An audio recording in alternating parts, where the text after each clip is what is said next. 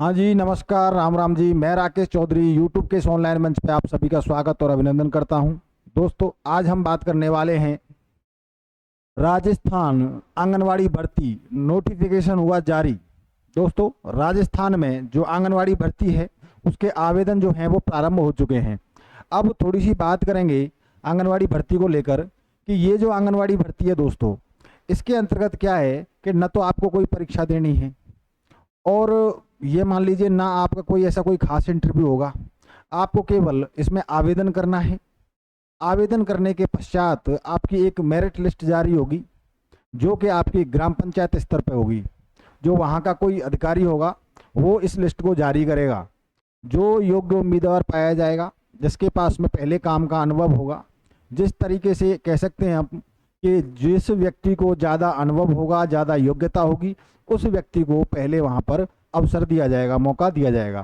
तो इन सारी चीज़ों को हम देखेंगे। अब ये जो भर्ती है दोस्तों, ये जो आंगनवाड़ी भर्ती है, ये प्रत्येक ग्राम पंचायत स्तर पर निकली हुई है, प्रत्येक जिले के अंतर्गत निकली हुई है। अब वो प्रत्येक जिले की अलग अलग डेट है, यानी कि आंगनवाड़ी ये जो भर्ती है इसकी जो दिनांक है वो सभी की अलग अलग है। जैसे कि अभी हम बात करेंगे जैसे जैसलमेर की, तो जैसलमेर में इसके अभी जो आवेदन हैं वो आपके मई तक चलेंगे। वैसे ही जैसे भरतपुर हो गया, धौलपुर हो गया, अलवर हो गया, तो ये जो अपने ज़िले हैं इनकी भी अलग अलग विज्ञप्ति जारी हुई है। समय समय पर ये विज्ञप्ति जारी करते रहते हैं लोग। सीडीपीओ अधिकारी होता है, जो बाल विकास अधिकारी होता है वहाँ का, उस जिले का, वो इन सारी चीज़ों को संसूचित करता है। तो दोस्तों, अब हमें ये देखना है कि किस जिले की कितने टाइम तक उसकी जो आवेदन की तिथि है वो रखी है इन लोगों ने। अब इसकी हमें जानकारी कैसे होगी तो उसकी भी मैं आपको बताने जा रहा हूँ। चलिए एक बार देखते हैं जैसलमेर का नोटिफिकेशन। दोस्तों, ये नोटिफिकेशन है कार्यालय उप निदेशक महिला एवं बाल विकास विभाग जैसलमेर के द्वारा ये नोटिफिकेशन जारी किया गया है। इस नोटिफिकेशन की अगर हम बात करते हैं, इस नोटिफिकेशन की हम बात करते हैं दोस्तों, इसमें स्पष्ट रूप से कहा गया है कि जैसलमेर जिले के निम्नलिखित बाल विकास परियोजनाओं के सम्मुख अंकित आंगनवाड़ी कार्यकर्ता एवं आंगनवाड़ी सहायिका की स्वैच्छिक मानदेय सेवा के लिए रिक्त पदों पर भर्ती हेतु ग्राम पंचायत राजस्व ग्राम के स्थानीय निवासी महिलाओं से संबंधित बाल विकास परियोजना कार्यालयों में आवेदन दिनांक 11/5/2026 को साय 5 बजे तक आमंत्रित हैं। यानी कि आप जैसलमेर के अंतर्गत 11 तारीख 5वां महीना 2026 और यानी कि शाम के 5 बजे तक आप आवेदन कर सकते हो इसमें।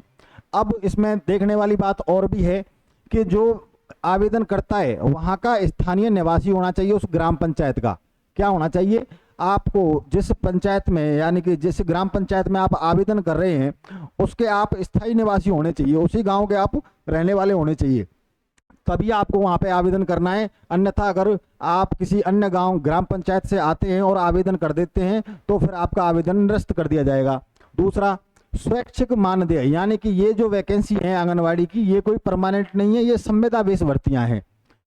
तो आपको स्वैच्छिक मानदेय दिया जाएगा, यानी कि जैसा कि नोटिफिकेशन में जो रखा गया है मानदेय वही आपको दिया जाएगा। ऐसा नहीं है कि कोई अलग से कोई और भत्ता मिलेगा आपको। तो देखिए, ये यहाँ पर आवेदन यानी कि रिक्त पद हैं। जैसे आंगनवाड़ी कार्यकर्ता है तो आपके यहाँ पर जैसलमेर की प्रॉपर की बात करें तो यहाँ पे 4 आंगनवाड़ी कार्यकर्ता चाहिए और आंगनवाड़ी सहायिका के पद 8 हैं। अब ऐसे ही मोहनगढ़ तहसील होगी यहाँ पर इसके आंगनवाड़ी कार्यकर्ता के 0 पद हैं और आंगनवाड़ी सहायिका के 2 पद रिक्त हैं। नाचना की बात करें तो नाचना में 4 आंगनवाड़ी कार्यकर्ता चाहिए और 2 आंगनवाड़ी सहायिका चाहिए। बाल विकास परियोजना अधिकारी सम तहसील की बात करें दोस्तों तो यहाँ पर 10 आंगनवाड़ी कार्यकर्ता चाहिए और 33 आंगनवाड़ी सहायिका की आवश्यकता है। कहाँ पर सबसे ज़्यादा जो पद खाली हैं वो हैं यहीं पर हैं, सम तहसील के अंतर्गत। बाल विकास परियोजना अधिकारी फतेहगढ़ की बात करें तो यहाँ पर 7 चाहिए आपको आंगनवाड़ी कार्यकर्ता और आंगनवाड़ी सहायिका 3 चाहिए। नेक्स्ट बात करें तो यहाँ की पटियाला की, तो यहाँ पर 4 चाहिए आपको आंगनवाड़ी कार्यकर्ता और 3 चाहिए आपको आंगनवाड़ी सहायिका। आगे बात करें तो यहाँ पे लिखा हुआ है इस पर नोट डाल के कि इच्छुक महिला अभ्यर्थी आंगनवाड़ी कार्यकर्ता कौन होनी चाहिए, केवल महिला होनी चाहिए, केवल लड़की होनी चाहिए, वही यहाँ पे आवेदन कर सकती है। इच्छुक महिला अभ्यर्थी आंगनवाड़ी कार्यकर्ता एवं आंगनवाड़ी सहायिका के रिक्त पदों की जानकारी के लिए जानकारी एवं शर्तों के लिए संबंधित बाल विकास परियोजना अधिकारी कार्यालय अथवा विभागीय वेबसाइट। अब आपको क्या करना है कि ये यहाँ पर वेबसाइट दे रखी है, यहाँ पर इसको मेंशन कर देता हूँ क्योंकि सभी को यहीं पर ही देखना है।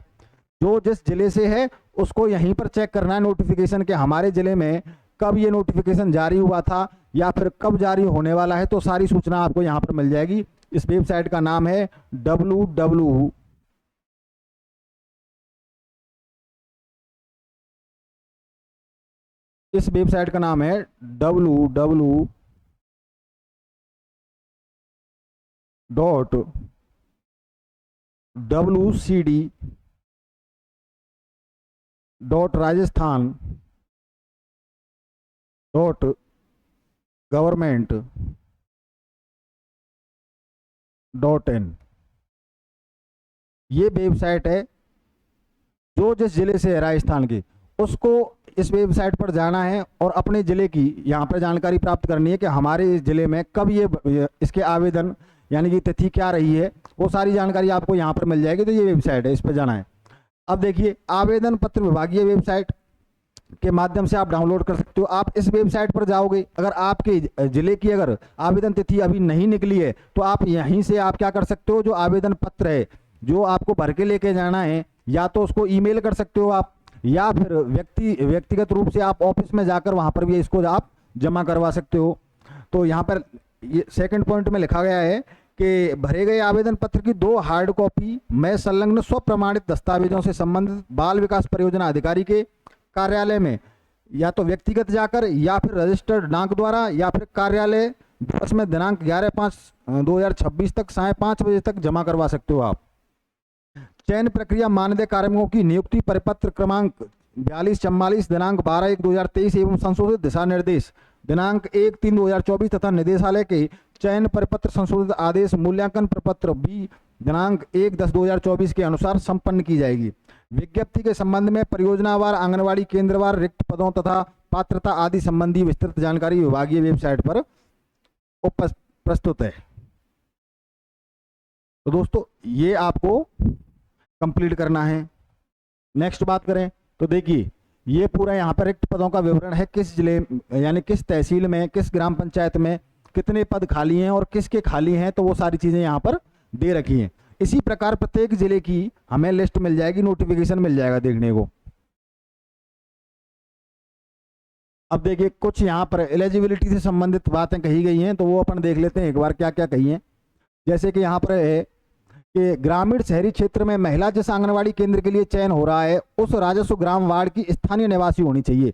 यानी कि आपका चयन जब हो रहा है तो आप उसकी क्या होनी चाहिए, स्थानीय निवासी होनी चाहिए सबसे पहले तो। नेक्स्ट बात करें, होनी चाहिए एवं विधवा महिला, तलाकशुदा महिला को ससुराल अथवा दोनों स्थानों के लिए यथानुसार स्थानीय निवासी माना जाएगा।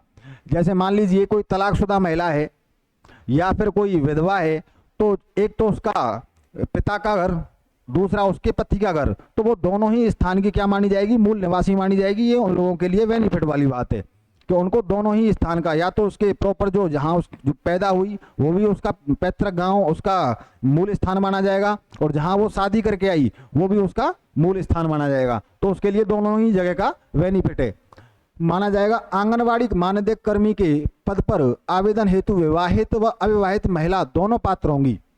यानी कि जो आंगनबाड़ी कार्यकर्ता है उसके लिए विवाहित और अविवाहित दोनों ही प्रकार की, जो एक तो लड़कियां और शादीशुदा महिलाएं दोनों ही पात्र होंगी इसके लिए। ऐसा नहीं है कि विवाहित ही होना चाहिए, अविवाहित भी पात्र हैं। विवाह अथवा अन्य किसी कारण से यदि महिला स्थानीय नहीं रहती है तो स्वतः ही मानदेय सेवा समाप्त मानी जाएगी। जैसे मान लीजिए कि आप आंगनबाड़ी कार्यकर्ता में आपका चयन हो जाता है, उसके पश्चात आप क्या करते हो कि उस स्थान से कहीं अन्यत्र जाकर रहने लग जाते हो और वहाँ का आप कोई डॉक्यूमेंट्स बनवा लेते हो, तो आपकी जो सेवा है वो स्वतः ही समाप्त हो जाएगी। जैसे ही अधिकारी के आप दिशा निर्देशन में आओगे, उनके संपर्क में आओगे, उनको पता लगेगा कि ये अब व्यक्ति यहाँ नहीं रहता है या लड़की यहाँ नहीं रहती है, महिला यहाँ नहीं रहती है, तो आपकी सेवा स्वतः ही समाप्त हो जाएगी। आपको किसी प्रकार का कोई नोटिस नहीं दिया जाएगा। आशय का अंडरटेकिंग शपथ पत्र चयन के आवेदन करते समय ही देना होगा। विभाग द्वारा भविष्य में स्थानीय निवासी नहीं रहने पर जांच उपरांत मानदेय से हटा दिया जाएगा। पहले उसकी जांच की जाएगी, उसके बाद पता लगा कि हाँ भाई ये अब यहाँ की स्थानीय निवासी नहीं रही, तो फिर उसकी सेवा समाप्त कर दी जाएगी। आंगनवाड़ी कार्यकर्ता तथा सहायिका के पद पर चयन हेतु न्यूनतम शैक्षणिक योग्यता 12वीं उत्तीर्ण होना आवश्यक है।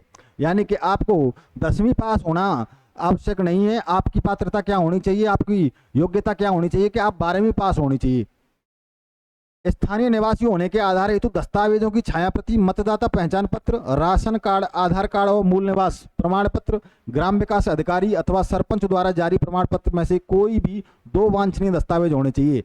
यानी कि आपके पास में मूल निवास होना चाहिए, और या फिर मूल निवास और पहचान पत्र, या फिर पहचान पत्र और आधार कार्ड, यानी कि 2 आपके पास में मूल आईडी होनी चाहिए जहां आप रहते हो, जहां के आप स्थानीय निवासी हो। तो 2 आपके पास में सरकार द्वारा अप्रूव कोई भी 2 मूल स्थानीय यानी कि आपके पास में पहचान पत्र होने चाहिए। छाया प्रति का उल्लेख आवेदन पत्र में किया जावे। शहरी क्षेत्र में आंगनवाड़ी केंद्रों के लिए आंगनवाड़ी केंद्र के कवरेज क्षेत्र के वार्ड की महिला द्वारा आवेदन नहीं किए जाने की दशा में ही निकटतम वार्ड की महिला से आवेदन पत्र भी विचार किया जा सकता है। मान लीजिए कि शहरी क्षेत्र के अंतर्गत किसी वार्ड में आंगनवाड़ी कार्यकर्ता की आवश्यकता है या सहायिका की आवश्यकता है, मान लीजिए उस वार्ड में से किसी ने आवेदन नहीं किया है, तो उसका जैसे मान लीजिए कि वार्ड नंबर 1 है और उसमें से कोई आवेदन नहीं आया है लेकिन उसमें रिक्त पद हैं, तो वार्ड नंबर 2 में से यानी कि 2 में से अगर कोई 1 में आवेदन करता है तो उस पर अधिकारी द्वारा ये स्वतः ही फैसला लिया जाएगा कि वो चाहे तो वार्ड नंबर 2 की महिला को वार्ड नंबर 1 में शिफ्ट कर सकता है। तो ये क्या होगा। आगे बात करें तो नोट, शहरी क्षेत्र के आंगनवाड़ी केंद्र स्वीकृत वार्ड के अनुसार रिक्त पद अंकित किए हुए हैं। परिसीमन उपरांत नवीन वार्ड संख्या भिन्न हो सकती है, जिसकी जानकारी संबंधित परियोजना कार्यालय स्तर पर प्राप्त की जा सकती है। विज्ञप्ति जारी होने की तिथि को आवेदक की 18 वर्ष की आयु होनी चाहिए। यानी कि आपकी जो है कम से कम उम्र जो है वो 18 वर्ष होनी चाहिए। अधिकतम आयु की बात करें तो 35 वर्ष होनी चाहिए। यानी कि आपकी जो आयु है वो कम से कम 18 और ज़्यादा से ज़्यादा कितनी होनी चाहिए, 35 वर्ष होनी चाहिए। अनुसूचित जाति, जनजाति अथवा विधवा, तलाकशुदा एवं विशेष योग्यजन, गति पर आधारित प्रमस्तिष्क घात, रोग मुक्त, कुष्ठ, बौनापन, तेजाब आक्रमण की पीड़ित, पेशीय दुष्पोषण के प्रकरण में अधिकतम आयु 40 वर्ष। यानी कि इसमें से आपको किसी प्रकार की कोई परेशानी है तो आपको 5 वर्ष की अतिरिक्त छूट दी जाएगी। आंगनवाड़ी मानदेय सेवा का कार्मिक सेवा करते हुए यदि पुनः किसी मानदेय सेवा के लिए आवेदन करता है तो उन पर आयु सीमा की बाध्यता लागू नहीं होगी। आवेदनकर्ता महिला के घर में शौचालय होने एवं उसका नियमित उपयोग किए जाने संबंधी घोषणा आवेदन पत्र में की जाना आवश्यक है। यानी कि जो महिला इसमें आवेदन कर रही है आंगनवाड़ी कार्यकर्ता के लिए या सहायिका के लिए, तो उसके घर पर शौचालय होना अति आवश्यक है। अगर आपके घर पर शौचालय नहीं है और आप उसका नियमित उपयोग नहीं कर रहे हो तो आपका आवेदन निरस्त कर दिया जाएगा। जांच होने पर आपकी सेवा से आपको मुक्त कर दिया जाएगा। विधवा हेतु प्रमाण पत्र के रूप में पति की मृत्यु का प्रमाण पत्र आवेदन में पुनर्विवाह नहीं करने की घोषणा का अंकन आवश्यक है। तलाकशुदा की स्थिति में सक्षम न्यायालय से जारी आदेश प्रति आवेदन में पुनर्विवाह नहीं करने की घोषणा का अंकन आवश्यक है। सामाजिक न्याय अधिकारिता विभाग द्वारा जारी परिपत्र 45/5 दिनांक 8/8/2019 के अनुसार पिछड़ा वर्ग नॉन क्रीमिलियर के प्रमाण पत्र संबंधी तथ्य को 3 वर्ष के लिए विधि सम्मत शपथ पत्र के आधार पर मान्यता दी जाएगी। यानी कि जो आपका ओबीसी सर्टिफिकेट होता है वो 3 वर्ष से अधिक पुराना नहीं होना चाहिए। विज्ञप्ति जारी होने की तिथि से 3 वर्ष से अधिक पुराना प्रमाण पत्र मान्य नहीं होगा। सामाजिक न्याय एवं अधिकारिता विभाग द्वारा जारी परिपत्र क्रमांक 28/046 दिनांक 6/5/2022 के अनुसार आर्थिक कमजोर वर्ग के प्रमाण पत्र संबंधी 3 वर्ष के लिए विधि सम्मत शपथ पत्र के आधार पर मान्यता दी जाएगी। कुल मिला के बात यह है कि आपके पास में 3 साल से पुराना ओबीसी सर्टिफिकेट नहीं होना चाहिए। अगर है तो आप बनवा लीजिए, अन्यथा आपका आवेदन निरस्त कर दिया जाएगा। तो दोस्तों ये आंगनवाड़ी की जो भर्ती है ये बिना परीक्षा के होनी है और केवल ग्राम स्तर पर आपका चयन होगा और जो जिस ग्राम पंचायत से है उसका उसी ग्राम पंचायत में चयन होगा। तो आप जिस जिले से भी हैं तो आप सबसे पहले तो ये पता कीजिए, ये जो मैंने अभी वेबसाइट बताई थी आपको www.cd.rajasthangovernment.in ये वेबसाइट है। इस पर जाइए और यहाँ से अपने जिले की विज्ञप्ति जो है वो डाउनलोड कीजिए। उसमें देखिए कि कहीं आपके ग्राम पंचायत की, आपके जिले की जो तिथि है आवेदन की वो कहीं निकल तो नहीं गई। अगर नहीं निकली है तो आप उसमें आवेदन कर सकते हैं और अपना आवेदन कार्यालय ऑफिस में जाकर जमा करवा सकते हैं, या फिर आप मेल कर सकते हैं, या फिर आप डाक के माध्यम से भेज सकते हैं। चलिए, ये तो हो गई आंगनवाड़ी भर्ती की बात। अब हम उसकी बात करते हैं जिसकी भर्ती राजस्थान में बहुत बड़ी संख्या में होने जा रही है। यानी कि हम बात कर रहे हैं दोस्तों बाल वाटिका भर्ती की। बाल वाटिका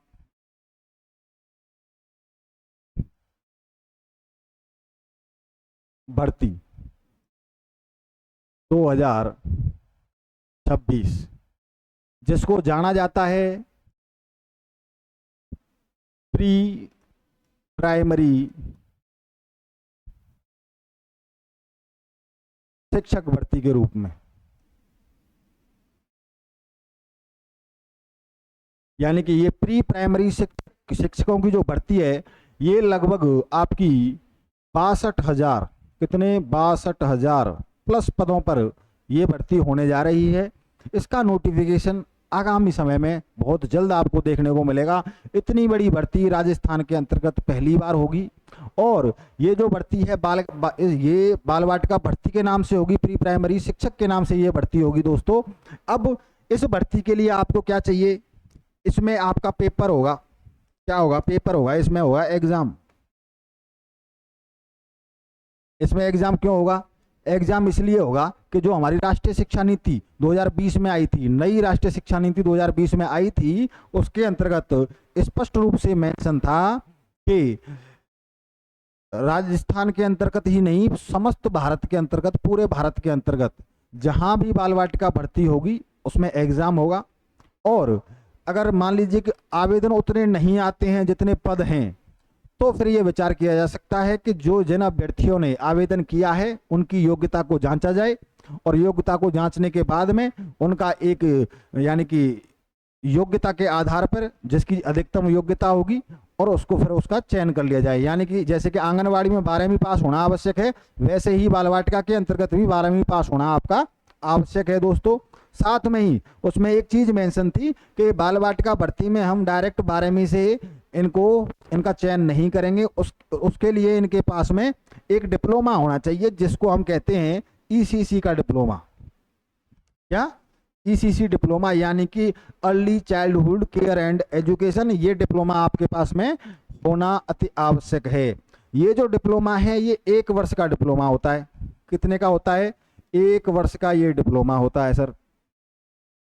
अब इस डिप्लोमा को कहाँ से कर सकते हो आप, तो दोस्तों इस डिप्लोमा को हम करवा रहे हैं आपके, यानी कि हम करवा रहे हैं IED UP। ये यूनिवर्सिटी है लखनऊ की। कहाँ की यूनिवर्सिटी है, तो लखनऊ की ये यूनिवर्सिटी है। यहाँ से हम लोगों को 1 वर्ष का ECC डिप्लोमा करवा रहे हैं। इसके आवेदन अभी चल रहे हैं। जिस महिला कैंडिडेट को, जिस महिला अभ्यर्थी को, लड़की हो या महिला हो, किसी को भी अगर ECC डिप्लोमा करना है तो ये रहा हमारा मोबाइल नंबर 7062342316। जिसको भी करना है वो तत्काल प्रभाव से इस नंबर पे व्हाट्सएप मैसेज कर सकती है, वो हमसे बात कर सकती है, और जितनी भी जानकारी चाहिए उसको वो सारी जानकारी यहाँ मिल जाएगी। अब इस भर्ती के लिए, क्योंकि ये बाल वाटिका का जो प्रोसेस है वो काफ़ी लंबे समय से चल रहा है, तो काफ़ी महिलाओं ने, काफ़ी लड़कियों ने ये ECC डिप्लोमा के लिए आवेदन कर दिया, और वो कर रही हैं, लाखों की संख्या में कर रही हैं। अब यहाँ पे कंपटीशन बहुत बढ़ गया है। पहले इतना कंपटीशन नहीं था क्योंकि जानकारी नहीं थी। अब प्रत्येक व्यक्ति इस चीज़ की जानकारी दे रहा है, तो ये गांव ढाणी तक ये बात पहुंच चुकी है कि बाल वाटिका भर्ती 62,000 पदों पर आएगी, और इसके लिए ECC डिप्लोमा चाहिए, और इस बिना ECC डिप्लोमा के आप बाल वाटिका भर्ती में पार्टिसिपेट नहीं कर सकते हो।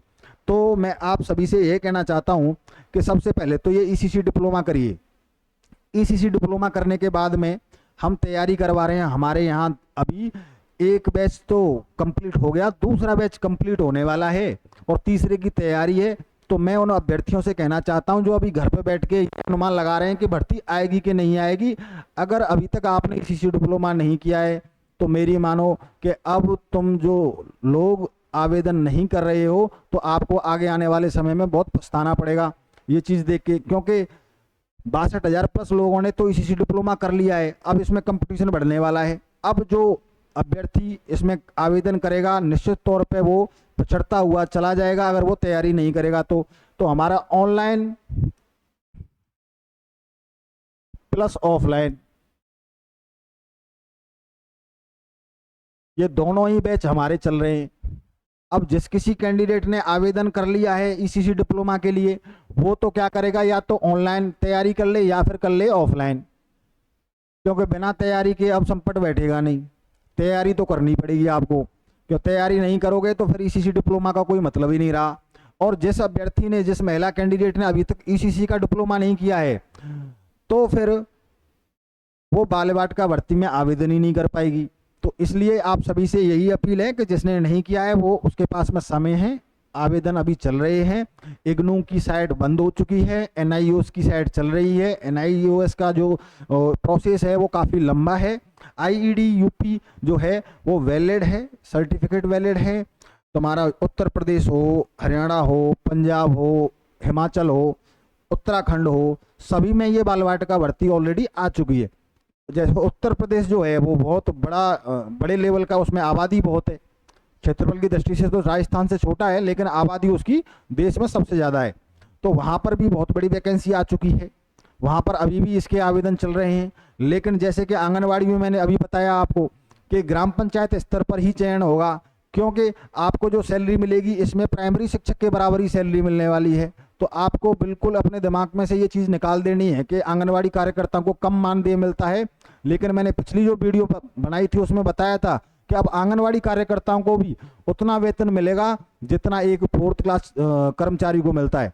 तो इसलिए आपको बिल्कुल निश्चिंत रहना है कि ये जो भर्ती है बाल वाटिका भर्ती आपके लिए, ये मान लीजिए रामबाण साबित होगी भविष्य के लिए, क्योंकि गवर्नमेंट की नई नई योजनाएं आ रही हैं और उन योजनाओं का क्रियान्वयन बहुत अच्छे स्तर पे हो रहा है। अब मूलभूत बात ये निकल के आती है कि जिसने ईसीसी डिप्लोमा नहीं किया है आप ईसीसी डिप्लोमा करिए, हमसे संपर्क करिए। ये हमारा मोबाइल नंबर है, इस नंबर पे आप संपर्क कर सकते हो। किसी प्रकार की कोई जानकारी लेनी हो तो वो सारी ले सकते हो आप। 24/7 आप इस पर मैसेज और कॉल कर सकते हो, किसी प्रकार की कोई दिक्कत नहीं आएगी। चलिए फिर मिलते हैं नई सूचना के साथ अगली वीडियो में। धन्यवाद।